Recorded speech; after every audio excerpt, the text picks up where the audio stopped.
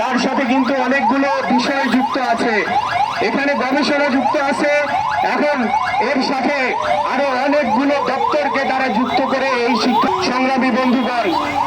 একইভাবে ওই বাজেট অধিবেশনের পরে আমরা দেখলাম তারা বলছে যে বাজেট বাড়ানো হয়েছে, তারা আজকে জনগণের কাছ থেকে বাহবা নিচ্ছে।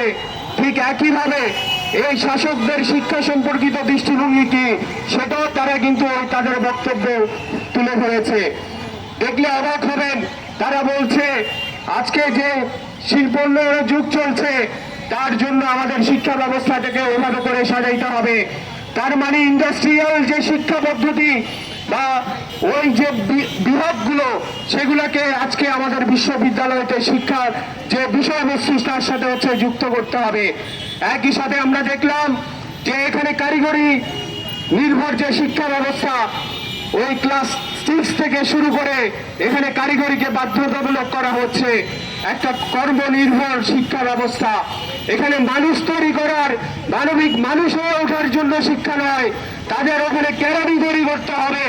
সংগ্রামী বন্ধুগণ, এই যে শাসকদের দৃষ্টিভঙ্গি তার ফলাফল হিসেবে আমরা দেখি আমাদের এখানে শিক্ষার যে বাজেট এবং বাজেটকে কেন্দ্র করে শিক্ষাটাকে তারা যেভাবে করে সাজাতে চায় সেভাবে করে তারা বিভিন্ন জায়গাগুলোতে বরাদ্দ করছে। সংগ্রামী বন্ধুগণ, সমাজতান্ত্রিক ছাত্রফ্রন্ট দীর্ঘদিন যাবত এই দাবি করে আসছে শিক্ষাটা হবে সবার জন্য। আজকে যে বেসরকারীকরণ ধারাকে আপনারা প্রদান করছেন সেই জায়গায় শিক্ষাটা সবার জন্য করতে হবে, অবারিত করতে হবে। একটা শিশুও যেন শিক্ষা তার অধিকার থেকে বঞ্চিত না হয়। আপনারা শুনেছেন ওই এর আগের সংসদ অধিবেশনে আমাদের শিক্ষামন্ত্রী বলেছে যে আমাদের আজকে ঢাকার মতো একটা জায়গায়, ঢাকায় বিভিন্ন অঞ্চলে আমাদের এখানে প্রাথমিক বিদ্যালয় নেই। একই সাথে আমাদের অনেকগুলো স্কুলে আজকে প্রধান শিক্ষক নেই। তাহলে এই যে সংকটগুলো তৈরি হয়ে আছে সেগুলো পরিবর্তনের জন্য আপনাদের পথ কি, কি উদ্যোগ আপনারা গ্রহণ করছেন? একই সাথে প্রত্যেক বছর যে শিক্ষার্থীরা ঝরে পড়ে যাচ্ছে তাদেরকে ফিরিয়ে আনার উদ্যোগ কি আপনাদের?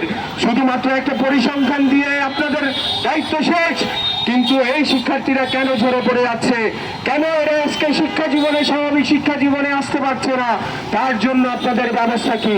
সংগ্রামী বন্ধুগণ, আমরা দেখছি আজকে আমাদের সংসদ চলছে, এই যে সংসদে এই যে বিলগুলো নিয়ে উপস্থাপন করা হলো, ঠিক একইভাবে আমরা দেখলাম সংসদ অধিবেশনে বিরোধী দলীয় একজন এমপি আমরা দেখলাম যে বলছে আমাদের প্রতিরক্ষা বাজেটে আমাদের বরাদ্দ বাড়াইতে হবে, দরকার হইলে আমাদের না খেয়ে পড়ে হইলেও আমাদের ওই বরাদ্দটা বাড়াইতে হবে।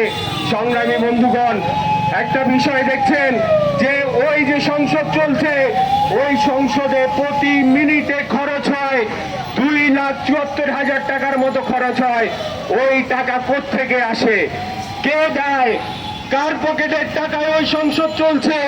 আজকে আপনারা সংসদকে যে হাস্যরসের ঠাট্টার জায়গা তৈরি করেছেন, ওই যে হাস্যরস তৈরি করেছেন, ওখানে যে টাকা খরচ হচ্ছে প্রতি মিনিটে সে কে যোগান দিচ্ছে?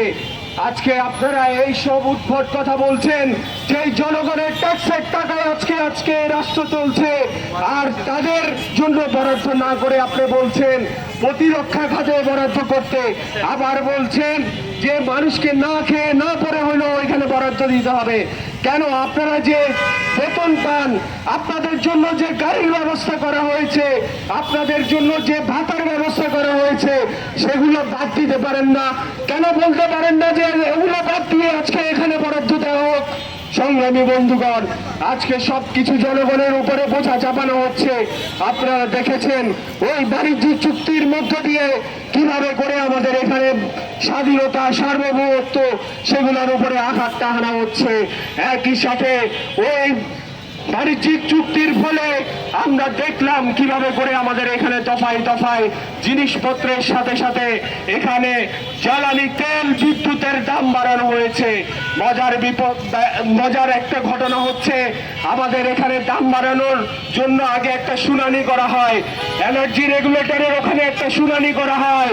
এটা হাস্যকর ব্যাপার। ওই শুনানিতে কখনো আপনারা দেখেছেন যে 1 টাকা দাম কমানো হয়েছে? কিন্তু ওই শুনানির মধ্য দিয়ে আমরা দেখি প্রত্যেক বছরই ওই যে জনগণের উপরে ওই মূল্য বৃদ্ধির বোঝা চাপিয়েছে ওরা, কিন্তু আমরা দেখি একটা যে তাদের সমন্বয়হীনতা প্রত্যেক বছর